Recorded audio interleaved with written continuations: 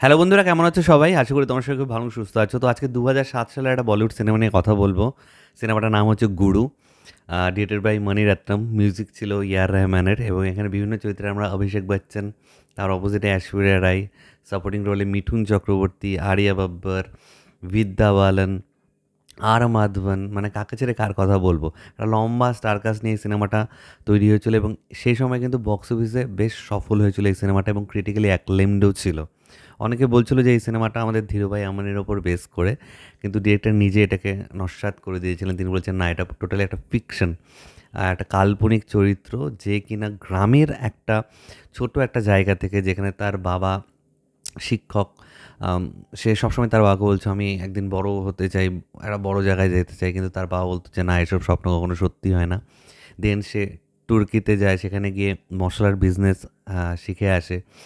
তারপর সে মুম্বাইতে চলে যায়। তার আগে সে বিয়ে করে নেয় ইভেনচুয়ালি ঐশ্বরিয়া রায়কে, কারণ তার একটু টাকা পয়সারও দরকার ছিল। তো ডাউরি পেয়েছিল, সেই টাকা নিয়ে সে মুম্বাই চলে যায় বন্ধু এবং ওয়াইফকে নিয়ে, এবং সেখানে গিয়ে স্টক মার্কেটে আরও বিভিন্ন জিনিসে ইনভলভড হয়ে গিয়ে একটা বিগ শট হয়ে যায়।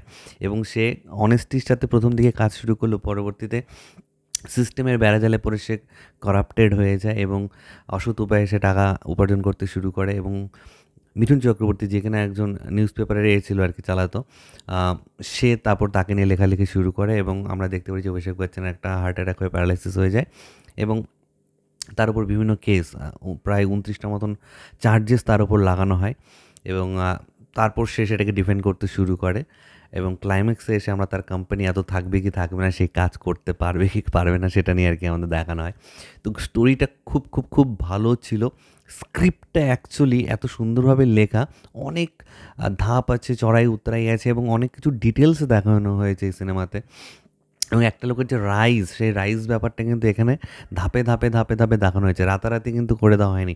প্রত্যেকটা সুন্দর ধরে ধরে ধরে ধরে ডিটেলিংয়ের সাথে, মানে স্ক্রিপ্টটা এমনভাবেই লেখা। প্রায় ৩.৫ ঘন্টার সিনেমা এই গুরু সিনেমাটা।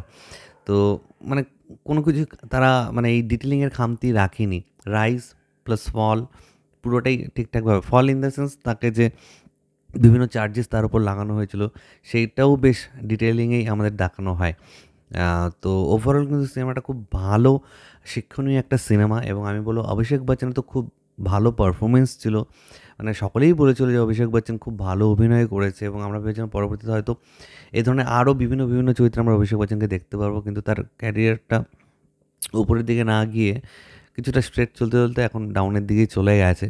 কিন্তু কিছু কিছু সিনেমাতে কিন্তু অভিষেক বচ্চন সত্যি খুব ভালো অভিনয় করেছে এবং অ্যাসপিয়াররা কিন্তু এখানে এমন না যে জাস্ট থাকতে হবে বলে ছিল, তা না। একজন ওয়াইফের উপর দিয়ে কী কী যায় সেই ব্যাপারটা খুব সুন্দরভাবে দেখানো হয়েছে। মিঠুন চক্রবর্তী ফাটাফাটি লেগেছে আমার, মানে তার কথা বলার স্টাইলই পুরো আলাদা ছিল। তবে বিদ্যা বালান হুইল চেয়ারে বসা, কিন্তু স্টিল অল্প স্বল্প চরিত্রে কতটা ছাপ রেখে গেল। আর মাধবন মিঠুন চক্রবর্তীর সাথে মিলে এই মানে অভিষেক বচ্চনের মুখোশটা খুলে দেবে, এটা যখন প্ল্যান করছিল দেখতে খুব ভালো লাগছিল। তো যারা দেখেছে সিনেমাটা তারা আই থিঙ্ক বুঝতে পারছে, যারা দেখেনি তাদের বললো একটা জেম টাইপ অফ সিনেমা এই বলিউডের এই গুরু সিনেমাটা তোমরা প্লিজ দেখো। এই সিনেমার গানগুলো খুব ভালো, যেরকম বারসো রে মেঘা মেঘা, তারপর আরও একটা রোমান্টিক ডান্স, মানে হালকা স্লাইড ডান্সের ওপরে আছে, তেরে বিনা সুনি আধি রাতিয়া, ওই গানটাও বেশ ভালো।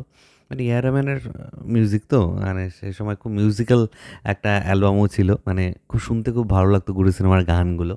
তো ওভারঅল সিনেমাটা কিন্তু আমি তোমাদেরকে স্ট্রংলি রেকমেন্ড করছি। এখনও যদি কেউ না দেখে থাকো, এই সিনেমাটা একবার দেখতে শুরু করো।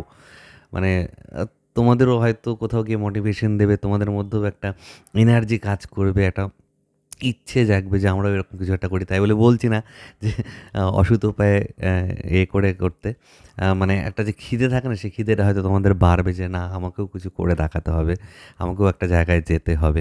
তো তোমাদের গুরু সিনেমাটা যাদের দেখা আছে নিচে কমেন্ট করে জানাও যে তোমাদের কার কেমন লাগে এই সিনেমাটা। আর যারা দেখোনি তারা দেখো, দেখার পরে কমেন্ট করে জানাও যে তোমাদের আমি টাইম নষ্ট করলাম না কী করলাম, কাজে লাগলো, সেটা আমাকে জানিও।